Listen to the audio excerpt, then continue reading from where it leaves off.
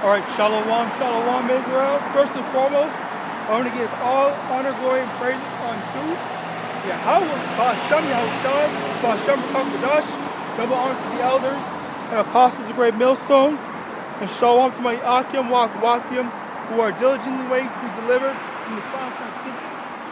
His brother Kawakab coming at you with another lesson. Yahawadah, there's a couple of different topics we're going to be getting into today. Alright, the first topic is the whole doing something for the community thing. Alright, so just recently, if I can get this out, there was I think like last week more specifically, there was some debacle or some debate, some complaining, I guess, if you want to call it that, that stemmed from certain Israelites groups, or if you're in this truth or whatever. More specifically, it was aimed towards GMS. They're talking about, they're not doing anything for the community, quote unquote community, and the thing is that that's not our job. All right. Whenever the scriptures say, let me actually get that.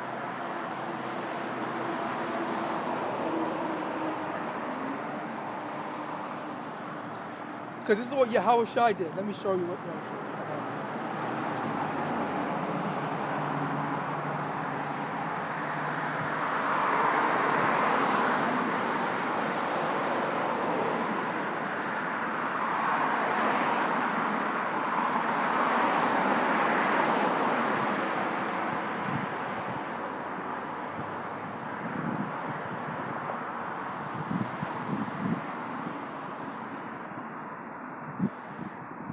Bear with me.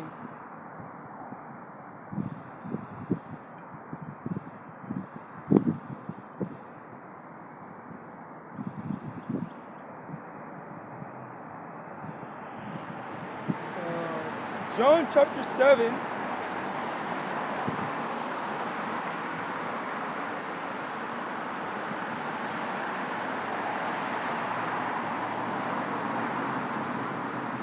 Verse 37, in the last day, that great day of the feast, Yahawashi stood and cried, saying, if any man thirst, let him come unto me and drink. He that believeth on me, as Scripture has said, out of his belly shall flow rivers of living water. All right? And the thing is, when we believe in the word of Yahawadah, when we follow the word of Yahawadah, okay, we also, by extension, become a source of, having the waters, the everlasting water, okay? Because that's what Yahweh said. If you drink from the water that I give you, drink my blood, you eat my flesh, you shall never thirst again. All right, and that's what we're trying to go for, okay?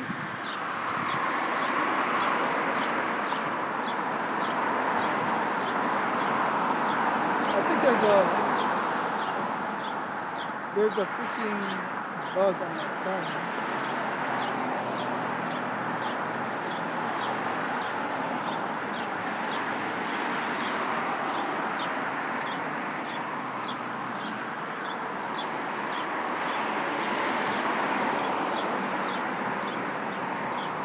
All right, bear with me. It's locked down.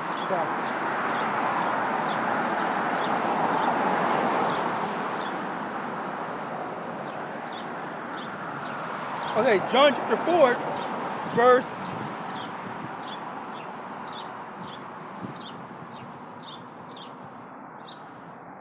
13, Yahawashi answered and said unto her, whosoever drinketh of this water shall thirst again, but whosoever drinketh of the water that I shall give him shall never thirst, but the water that I shall give him shall be in him a well of water springing up into everlasting life.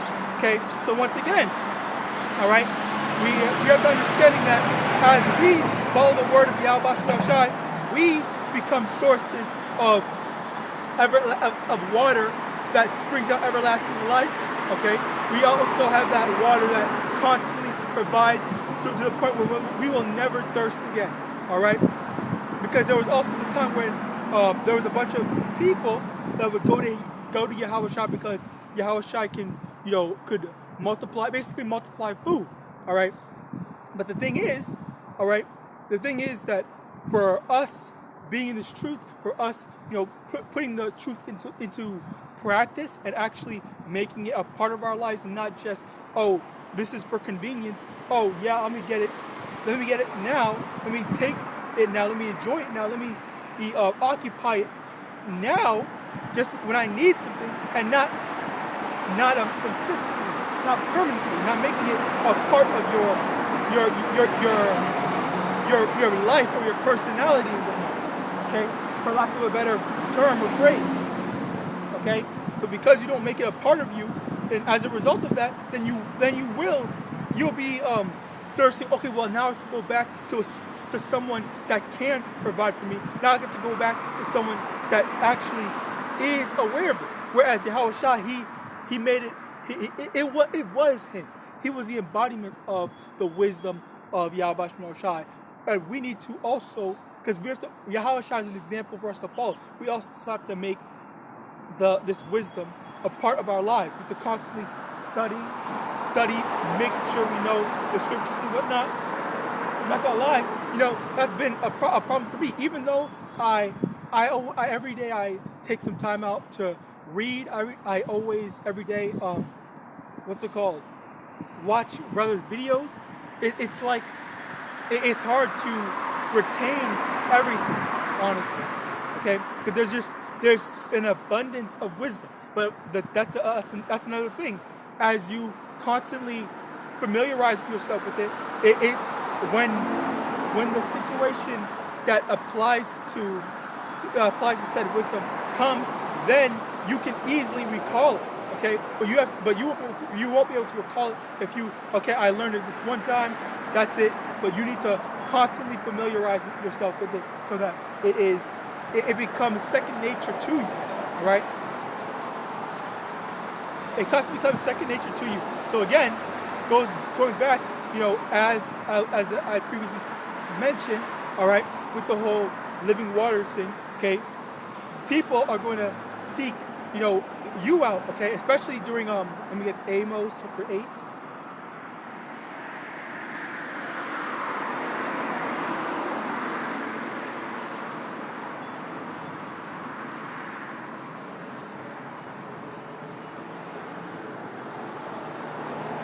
Amos chapter 8, verse 11, behold, the days come, saith the Lord Yahawah, that I will send a famine in the land, not a famine of bread, nor a thirst for water. Okay, once again, going back to the thirst for water, but it's not literally water. But of hearing the words of the Lord, and they shall wander from sea to sea, and from the north even to the east, they shall run to and fro to seek the word of the Lord, and shall not find it. All right. So, ironically, that is talking about the waters of everlasting life, because the word of Yahawadah is in reference to the waters of everlasting life, that water that you will never thirst for again, the water that in your belly you will always have waters flowing from you. All right. So ironically, yes, it is the thirst for water. Okay, but the water isn't literal water, but and as the famine was not food and water, but the famine was of hearing the words of Yahawadah. Okay, and that's why that's another reason why it's called the famine, right? Because this word is what's supposed to be feeding the Israelites, okay, the elect. Feeding the elect, all right?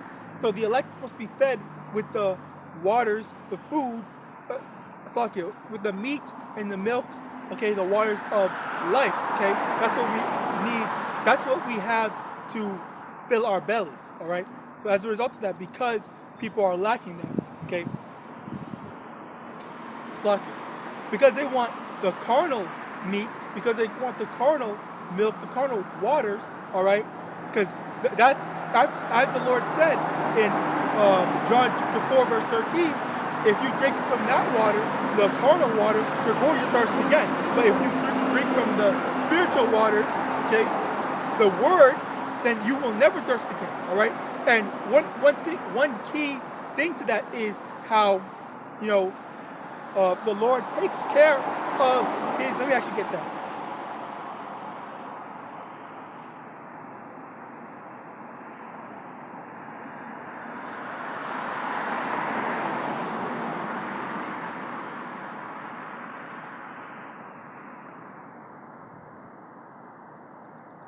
Bear with me. Psalm chapter 37, verse 25. I have been young and now am old, yet have I not seen the righteous forsaken, nor his seed begging bread. All right. So that's the thing. When we make the Lord's word a part of our lives, all right, the Lord's not going to, just leave us high and dry. All right. There's going to be times where we will be tested. All right.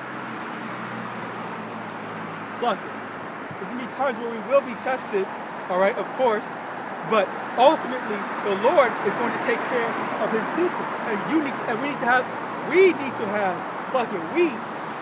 have the faith that the Lord is going to take care of us in our time of trouble, all right.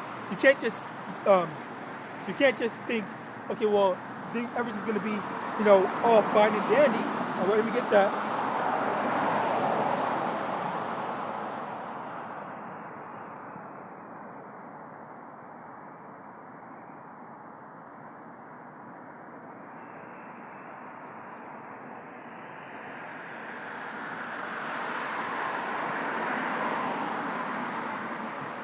Sirach chapter 2 from the top. My son, if thou come to serve the Lord, prepare thy soul for temptation. All right. Verse 2. Set thy heart aright and constantly endure, and make not haste in time of trouble. Cleave unto Him and depart not away, that thou mayest be increased at thy last end. Verse 4. Whatsoever is brought upon thee, take cheerfully, and be patient when thou art changed to a low estate. For gold is tried in the fire, and acceptable men in the furnace of adversity. So yes, we are going to go through hardships, but at the same time, this is to be expected when we come to serve the Lord. All right, but at the end of the day, it's like the precept.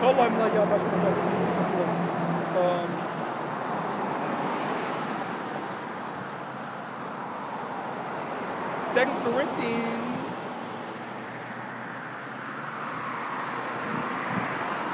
Verse 4, 2 Corinthians chapter 4, verse 17. For our light affliction, which is but for a moment, worketh for us a far more exceeding and eternal weight of glory. All right. So that's one of the things. Okay. The hardships that we go through.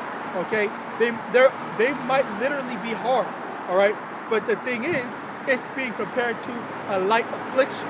Okay. It's compared as a light affliction compared to the glory, the blessings that the Lord's going to give us, in the kingdom. So we really shouldn't be worried. We really shouldn't be thinking, oh, I want to enjoy myself now, live life now, and whatnot, and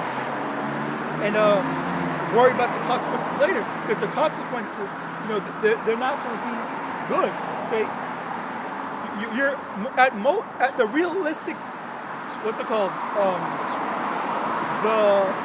The reality, I guess, is how things are. Let me get this. Things are not as hard. Okay, they're comparatively. Bear with me. Well, basically, it's like we're struggling now. All right. We're struggling now in order to get the kingdom, in order to rejoice everlastingly, forever, all right? And then the flip side of it is you enjoy a short period of time of mirth, of rejoicing, for not necessarily everlasting condemnation, but death and destruction, a miserable death and destruction, all right? That's what we want to try to avoid. That's not our goal is to avoid that. In addition to that, our goal also is to display our love for the Lord, which let me get that, as a matter of fact.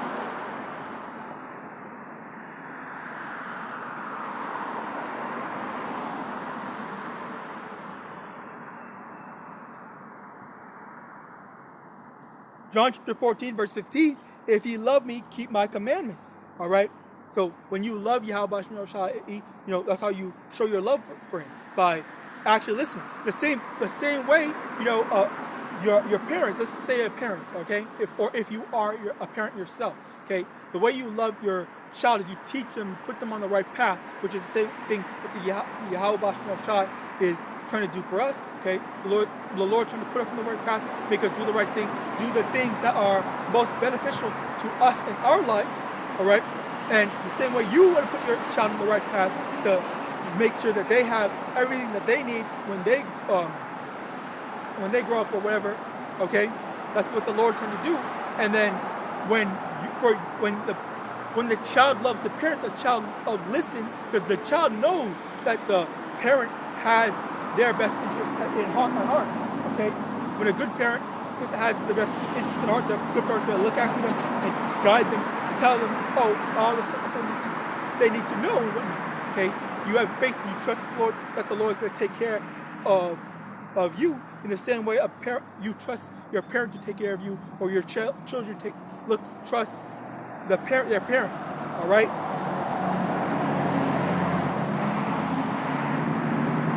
But one thing I will say is, one observation is how in general, people in Babylonians, okay, the flip side of that, because when I say that, I speak in the perspective of righteous parents, okay, but the flip side of that is Babylonian parents, where they don't have their children's best interests in mind or at heart. What they have is their own, either filling their own belly, okay, because I've seen that this one video of this Eve, all right, with her child, with her like 5-year-old child or something, maybe younger, I don't know, like pretending to cook up cocaine or something like that, all right, that's the wickedness that we need to be abstaining from. That's a perfect example of bad parenting. That's a perfect example of Babylonian-minded people exploiting their children for their own personal gain. Okay, that's bad parenting. That's where you go. That's where there's no love for their children. All right. And the thing is, it's very easy. It tends to be very easy to tell. When the parents don't have their children's best interests at heart. All right. It tends to be very easy to tell, okay? Because when they are taking part in self-destructive behavior, that's when you kind of abstain from it, all right? But the thing is, the promises of the Lord, okay? The promises of the Lord are guaranteed. The Lord is, as you say, the Lord is not a man that he should lie, all right? The Lord doesn't lie, but people, man lie. Man is a liar, but the Lord Yahawadah is going to tell the truth. Whatever he says is going to happen. All right. I remember that one. What was that one thing? I heard there was some superpower or whatever. I forgot what show it was from, where they said basically whatever this person said, it was going to happen, or it was true, or it was right. That's basically Yahawadah. All right. So, another, while I'm on Babylonian thing, I also want to go into, I don't know if I talked about this before, but basically how you're demonized for defending yourself, okay? This is a very big problem for Jake in general, or just people in general, because it's not just Jake, it is also, ironically enough, everyone, okay? If someone picks a fight with you, or if someone attacks you, okay, then you then you fight back, then you are at fault for fighting back, apparently, All right, like that's how things have been. Okay, that's how things have been. The thing is, no one goes after the people that start problems. They always go after the person that fights back. You are not allowed to fight back, okay, in this society. And that's another thing with the whole, what's it called? Domestic abuse cases as well, okay? A lot of times, there's either the wicked women get away with lying on men, saying that men hit them or men sexually assaulted them or whatever, or on the flip side, the men, the men get away with domestically abusing women, okay? Because you have people, there are instances in both cases of, obviously, okay, where men get away with beating their wives and whatnot, and the woman just doesn't say anything, or the woman says something, and I've heard instances, and not always, which is ironic, but I have heard instances where when the woman reports the man to the police, they don't do anything. Okay? As a matter of fact, I've seen that firsthand where one of my neighbors, they reported domestic abuse on their, not necessarily, well, I guess husband technically, okay, in the eyes of YAHAWAH and His, okay, and the police, they didn't do anything, all right? They just let him go. They said, okay, yeah, we can't do anything, blah, blah, we can't prove it, blah, blah, some shit, all right? And then, he's still there beating on her and her kid, all right? And then on top of that, there's also the many different instances that have been going out. Oh, actually, as a matter of fact, one thing I have heard is Nelly, okay? Nelly was accused, Nelly the rapper, was accused of sexual assault or something like that, one of the sexual crimes, okay? And the girl that accused him, she just dropped it after ruining his reputation and bringing it up and whatnot. He just said, oh, well, I can't prove it or anything like that, so I'm just gonna drop it and whatnot. After the damage has already been done, his representation has already been ruined. And honestly, speaking as a man, I can't. There's no proof, okay? But speaking as a man, I believe that she definitely lied on it, because Nelly could absolutely get any woman that he could, okay? Pause, by the way. Nelly has been, talking about how he has been doing that stuff in his music, okay? He's been talking about, he sleeps with a whole bunch of different models and stuff like that. So I genuinely don't believe that he did any type of sexual assault, okay? And that's a lot for these, celebrities in general.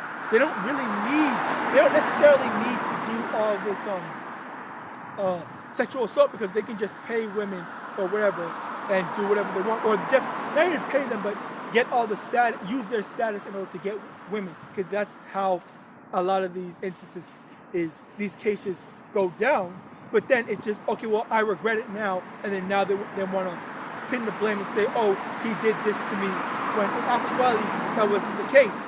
All right, so yeah, that's another thing about this Babylonian mindset.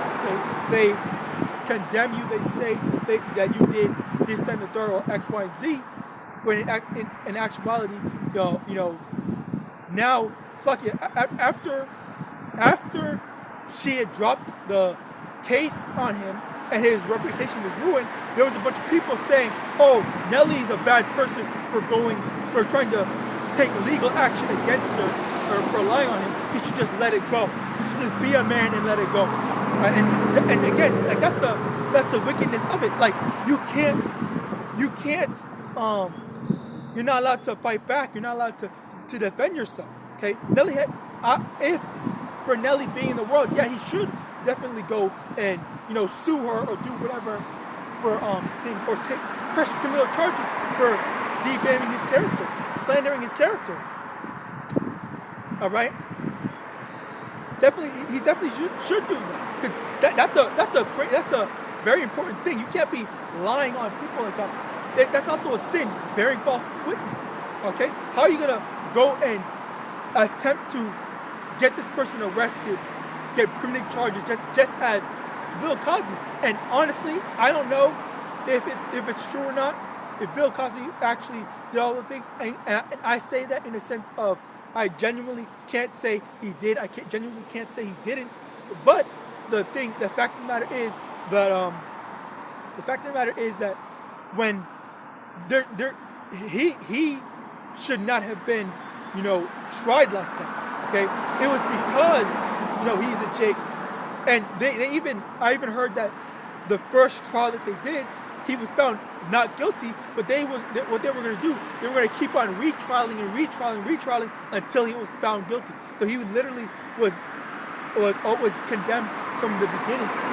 It literally didn't matter if they were going to be able to prove his innocence or not. He was going to be found guilty regardless of if he was innocent or not. And the thing was, it happened 50 years ago, 30 years ago, something like that. All right. Like how are you going to get evidence from 30 plus years ago, 20 plus years ago? How are you going to prove something that happened 20 plus years ago? All it's going to be is just hearsay. Okay. It's just going to be improper recollection of memories from both parties, which you can't really get much from that. Okay. Which once again,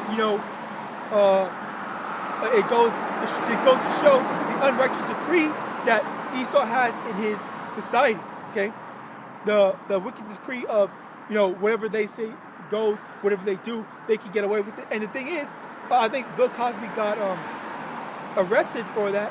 But what about all the Edomites that do the same thing, or were accused of doing the same thing? Okay, Terry Crews, he accused someone, I forgot who it was, but he accused someone of doing something, and they don't care.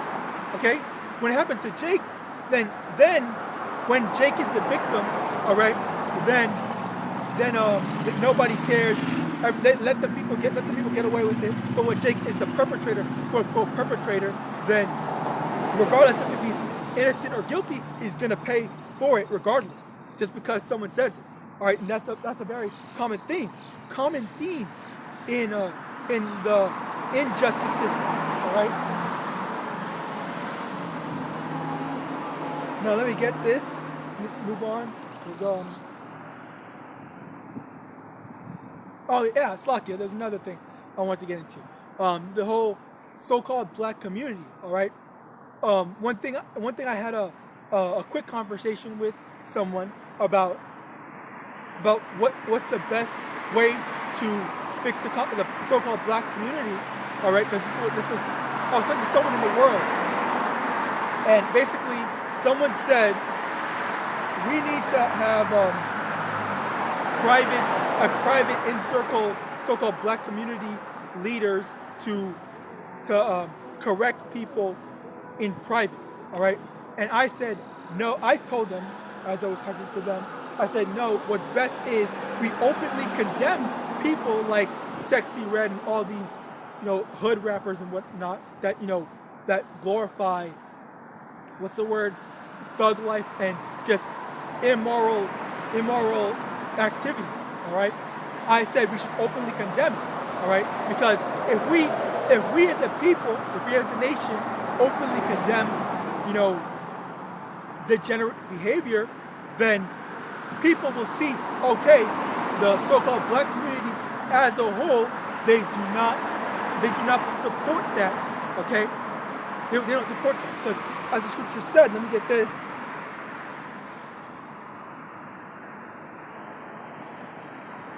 This is backed by the scriptures.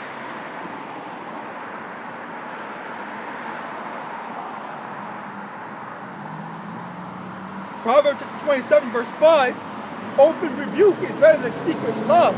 All right, open rebuke as in openly saying, as well in front of a bunch of people, in front of everyone, to hear and know that, hey, this is not right. We don't condone this. Okay, this is not okay. This is not an okay thing to do.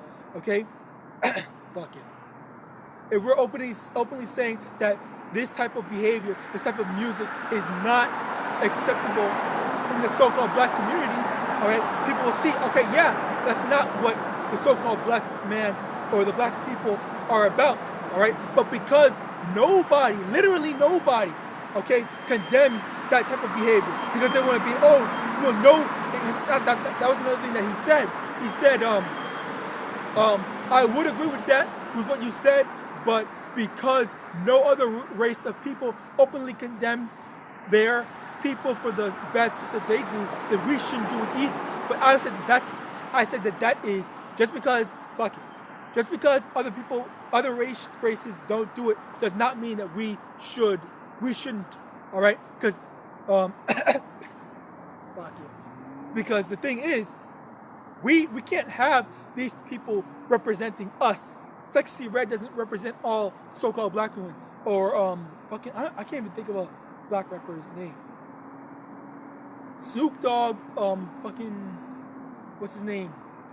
Lil Wayne. I don't know any hood rappers. Tekashi 6ix9ine, okay, not black, not so-called black person, but still an Israelite. All right, these people don't represent Israel or so-called black or so-called Hispanics or whatever. All right. So so as a result of that, we have to condemn them. We have to stop supporting them as well. Okay, how are you going to support someone just because of their skin color? Okay, if they're not, support the good stuff, the people that are doing good. All right, which I fail to be able to name someone. All right, because that's the thing.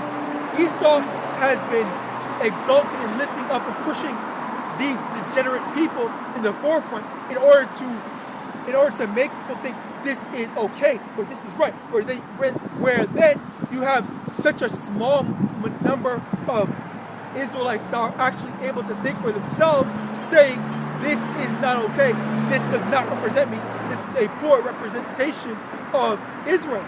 All right.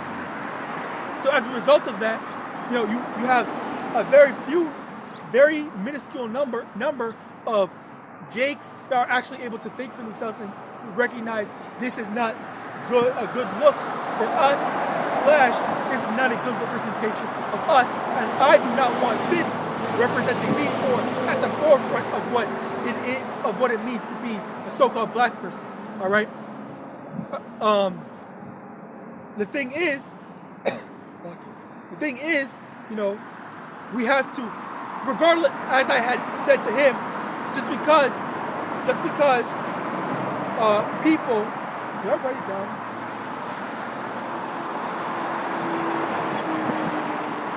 Okay, so yeah, basically, you can't just say, oh man, we're always looking bad, this and the third, but then you take none of the steps to actually correct them.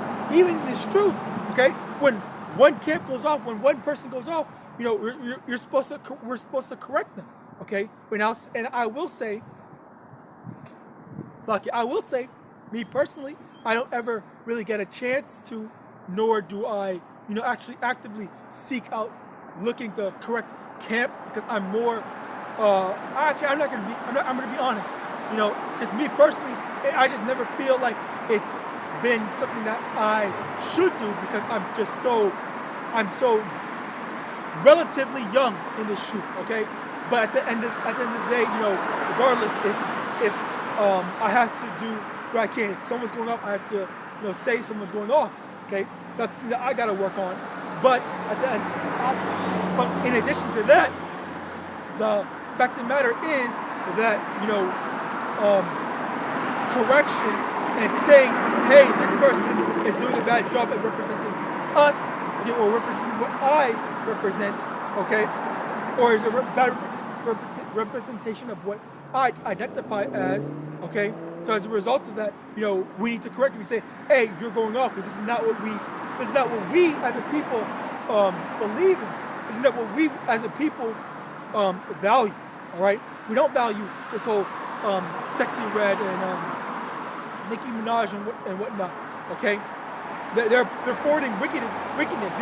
They took the bed and they sold out in order to reap benefits. And there was not a Jake, but a freaking what's his name?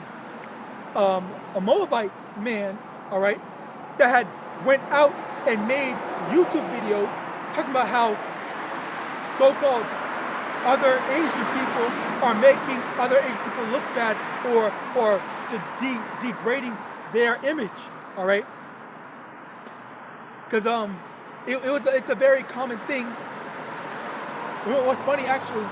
It's a very common thing for people, or more specifically Edomites. I guess yes, Jake as well, maybe. Me personally, I never found it funny. That's just me personally. But there have been people that think that heavy Chinese accent, all right, is funny. Okay, they laugh at that when the Asian people use that accent. Okay, and you have people like there's that one YouTuber, I forgot his name. Fuck. What is his name? Stephen Lee, I think. I don't know. I don't think that's his name. Fuck it. There's this one Asian YouTuber that uses that heavy accent. All right. When in actuality, his dad is a freaking Edomite.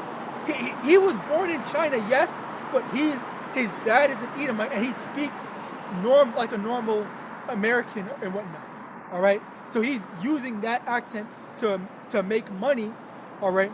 And it's at the expense of so-called Moabite self-respect, self-esteem, okay? And the reason why I bring that up is because that translates very easily and very perfectly into Israelites as well. You have people like Sexy Red. I keep on saying her because I can't think of literally anybody else, okay? But also Snoop Dogg and other so-called black famous people, okay, that make a stereotypical or ridiculous stereotype on so-called black stuff in order to make money, or in order to sell out, in order to tarnish our reputation, our image, and they're making money off of it, but we suffer from it because people had this expectation from, oh yeah, I watch this black person thing, so I expect you to be the same thing. Why don't you act like that? Or they do a whole bunch of different things, and our image, our reputation is ruined. Whereas that one individual is thriving off of humiliating our image, okay? Which is what he was talking about. Good video, but I might put that video in the link in this description, because I think that was a good video. Basically, even though he talks about Chinese people, it's really applicable to all nations. Like not all nations, not except for Edomites, but all nations that suffer from that. All right, primarily Jake. Just so basically, imagine that he's a Jake. And imagine that he's talking about so-called black people, okay? It basically works out because it's a reality, okay? That might be spiritual. Anyway, the fact of the matter is, yes, he goes and does all that stuff in translating a whole bunch of different things, and I think he even mentions that even with black people, I think he mentions it with black people because he made multiple videos, all of which, or two of which at the very least, were really good, okay? Going into how you can't be humiliating your own race in order to get, in order to profit and make money. Because then after you do that, then what's left for us? Now you humiliated us, okay? Which is why I said, open rebuke is better than secret love, because for us as the collective community to be able to say, we don't approve of this stuff you're going off, okay? This is not a representation of us. That's a powerful thing, okay? Because number one, it shows unity. Number two, it shows that we aren't like that, okay? Because if the collective is saying that that's not how we're like, okay, then we're actively showing, giving a good example of what is not acceptable to us. The same way, it's like in PR 101 or whatever. The same way that any celebrity would say, oh, we don't condone homophobic slurs or anything like that, okay? We don't condone homophobic slurs, okay? People see that, you condemn that behavior, and then they see that, okay, you know what? This person is all right. They're not a degenerate.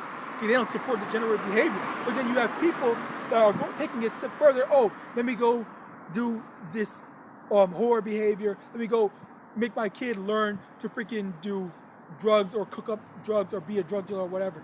All right, we have to condemn it and go against it. All right, so with that, I pray this lesson was edifying. I pray that this lesson was edifying. I want to give all honor, glory, and praise unto Yahawah, Hashem, Yahawashi, Hashem, the elders and apostles, a great millstone, above the ball and shalom.